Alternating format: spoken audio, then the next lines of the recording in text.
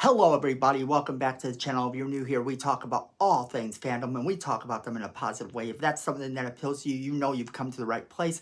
This is Saturday where we talk about things we didn't get to talk about the rest of the week, and we have to talk about the Justice League and their potential arrival in the DCU and when we can expect it. So let's jump right into it.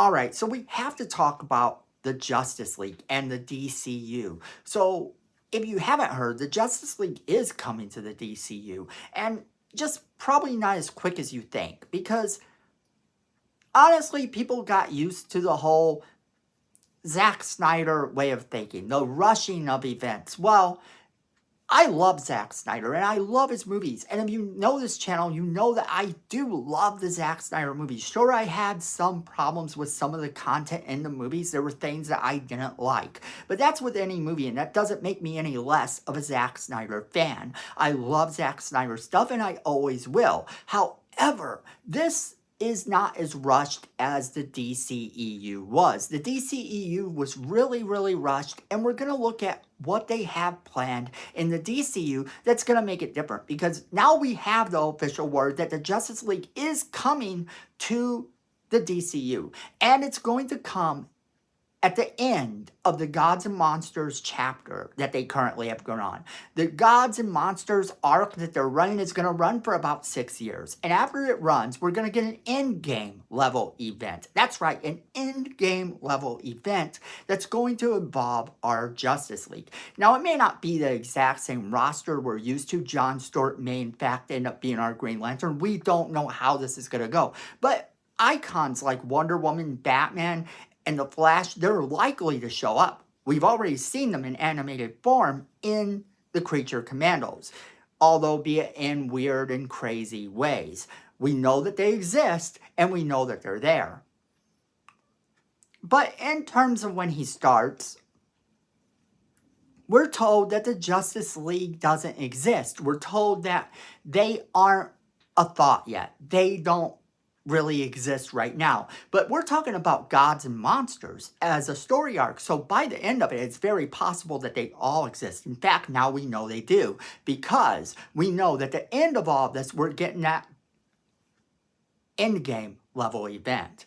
And in order to look at how this may work out, we have to take a look at some of the things going on. The cancellations, the new shows, the things that they're doing different. Because that's going to tell us what the plan is going on. What to expect, what not to expect, and what may be. Because as of right now, as fans, we really don't know all the crazy details. And all we can really do is speculate. However, his comments, coupled with things that have been said in the past and these new shows and the stuff that got canceled, all sort of leads into what may end up being our ultimate Justice League movie.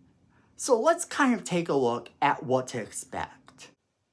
First off, let's talk about some of the stuff that was canceled, because the stuff that was canceled tells you a lot about what's actually going to be going on. The Amanda Waller series, Amanda Waller is a great character, but I never really saw where she needed her own show. Then you have Booster Gold being canceled. And Booster Gold being canceled is the going rumor, because Booster Gold never really picked up. The director lost interest, he left. Whole bunch of behind the scenes types of things. And then there's the Authority. The Authority being canceled is something that happened because, well, they weren't willing to take a risk on the IP, being that it was a lesser known IP and being that it also was too close to The Boys. The Authority is very much like The Boys in terms of content, and it would have to be rated R, and it would have to be just crazy, and they weren't really sure they were willing to take a risk on a group that not a lot of people in the comic book movie community would know. So those are some of the things that sort of got canceled and aren't happening anymore. But these things being canceled is okay, because I honestly think that the general public isn't going to care so much about these projects. It's not the type of project that the general public cares about. Now, that being said, James Gunn has also said that he is going to be releasing the full trailer of the Superman movie about the time that the Thunderbolts is coming out, and that's super exciting because we're going to get to see that finally, and that's going to be good because it's supposed to give a lot more of what the actual story is, and that's going to be really exciting. I know a lot of people are looking forward to it, and a lot of people are a little bit afraid. But overall, I think this is going to be a good thing. I think that our Justice League is going to look really cool. And by the time we make it to the Justice League, everything's going to have changed. And you might be asking, how? Why? Because it doesn't look like the Justice League right now. I mean, you have the Supergirl movie coming out, and we're not even going to get a photo of Lobo because apparently they're shooting inside, and they don't have to show us a first photo of Jason Momoa as Lobo. Why do I say that this is going to start looking like the regular Justice League that we know? Well, a couple different reasons. They're going to be doing 4 short movies based on Krypto, the version of Krypto that's in the Superman movie. Now, these are short movies and they'll probably be pretty cute, you know, not to be taken really seriously, but they'll be for kids. They are planning on releasing 2 live action movies per year. And in addition to that, they're going to release 2 live action series a year. And then 1 animated movie is going to be coming along as well. So that's a lot. And there might be more. I mean, they've said a whole bunch, and it's really cool because some of these projects that they're going to be announcing are probably going to be really awesome. Just knowing what they've canceled, I'm not too disappointed.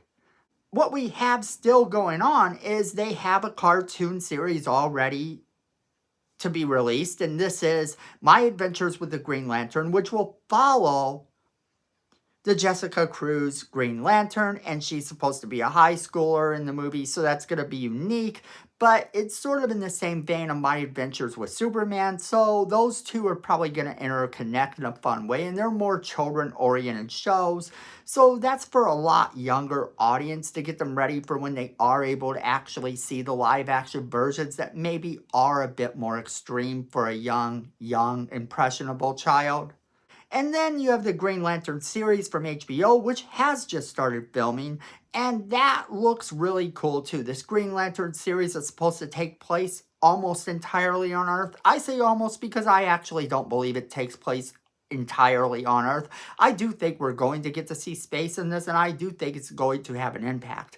I think that this is step 1 in sort of making the Justice League look the way we know and love it. But he's not going to want to do the same exact Justice League as what we're used to, because in order to do that, he would have to cut, copy, and paste the same characters that were just used in a previous incarnation. And any filmmaker and studio that reboots anything knows that they don't want to rinse and copy and repeat everything that goes down. So we're going to get a bit of difference, and I think that having John Stewart as the Green Lantern is probably going to be that difference.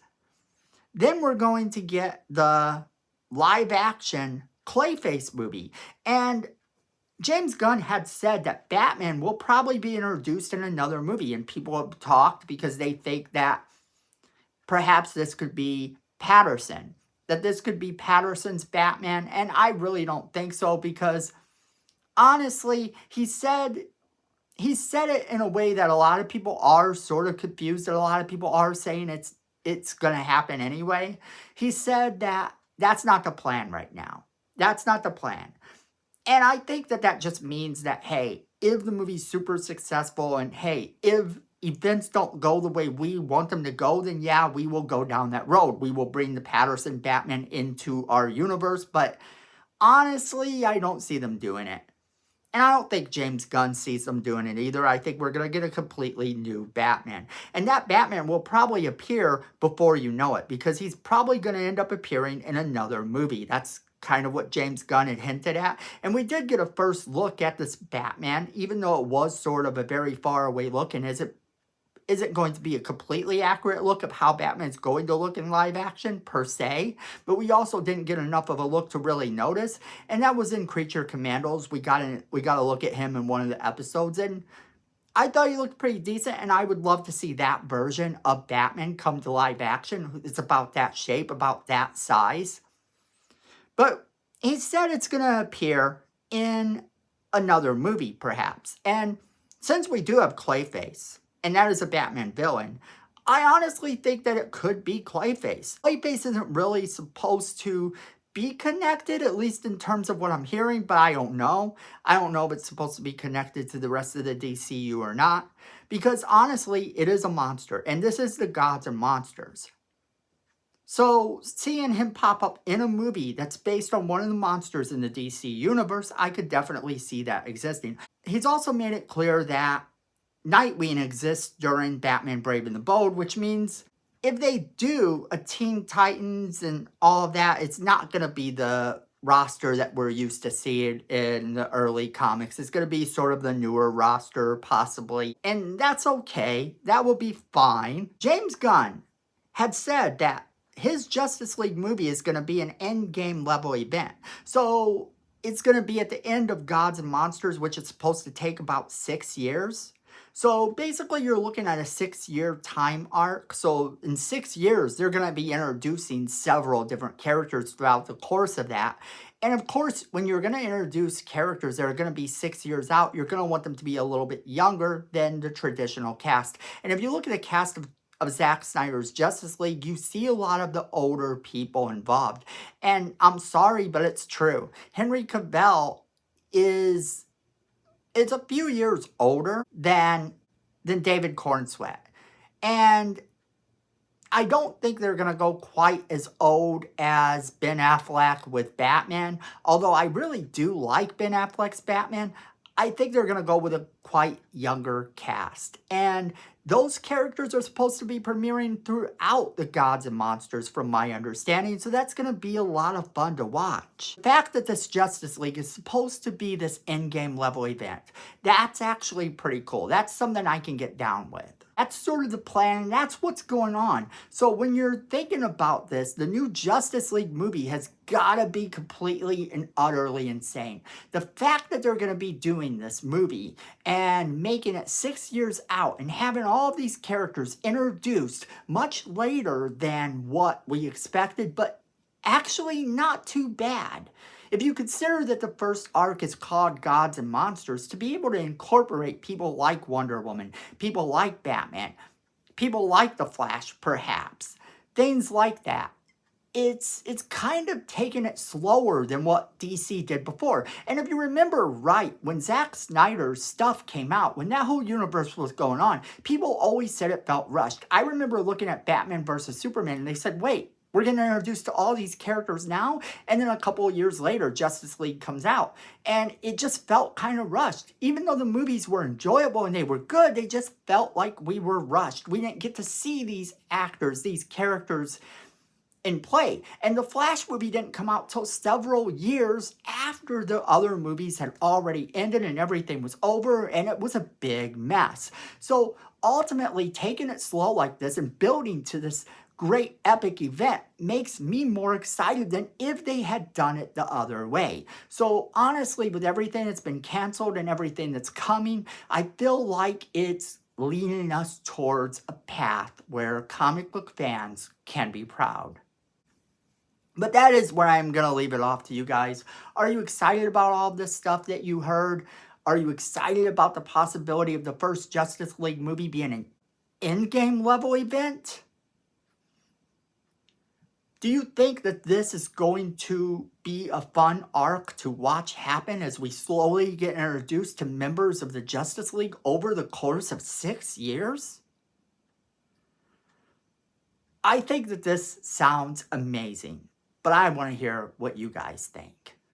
As always, make sure you're leaving us that comment in the comment box below. We want to hear from you. Make sure that you're sharing this video with all of your friends. They're going to want to be a part of this crazy conversation we're having. And then friends, make sure you hit that like button. It's free, it helps the channel, and we really do appreciate it. Miko says we need more subscribers, and look at the space. You don't want to disappoint Miko. So go ahead and hit that subscribe button, hit that notification bell while you're down there so you don't miss a single video we do. And then friends, at the end of the day, I know it, you know it, and Miko knows it. Fandom is family.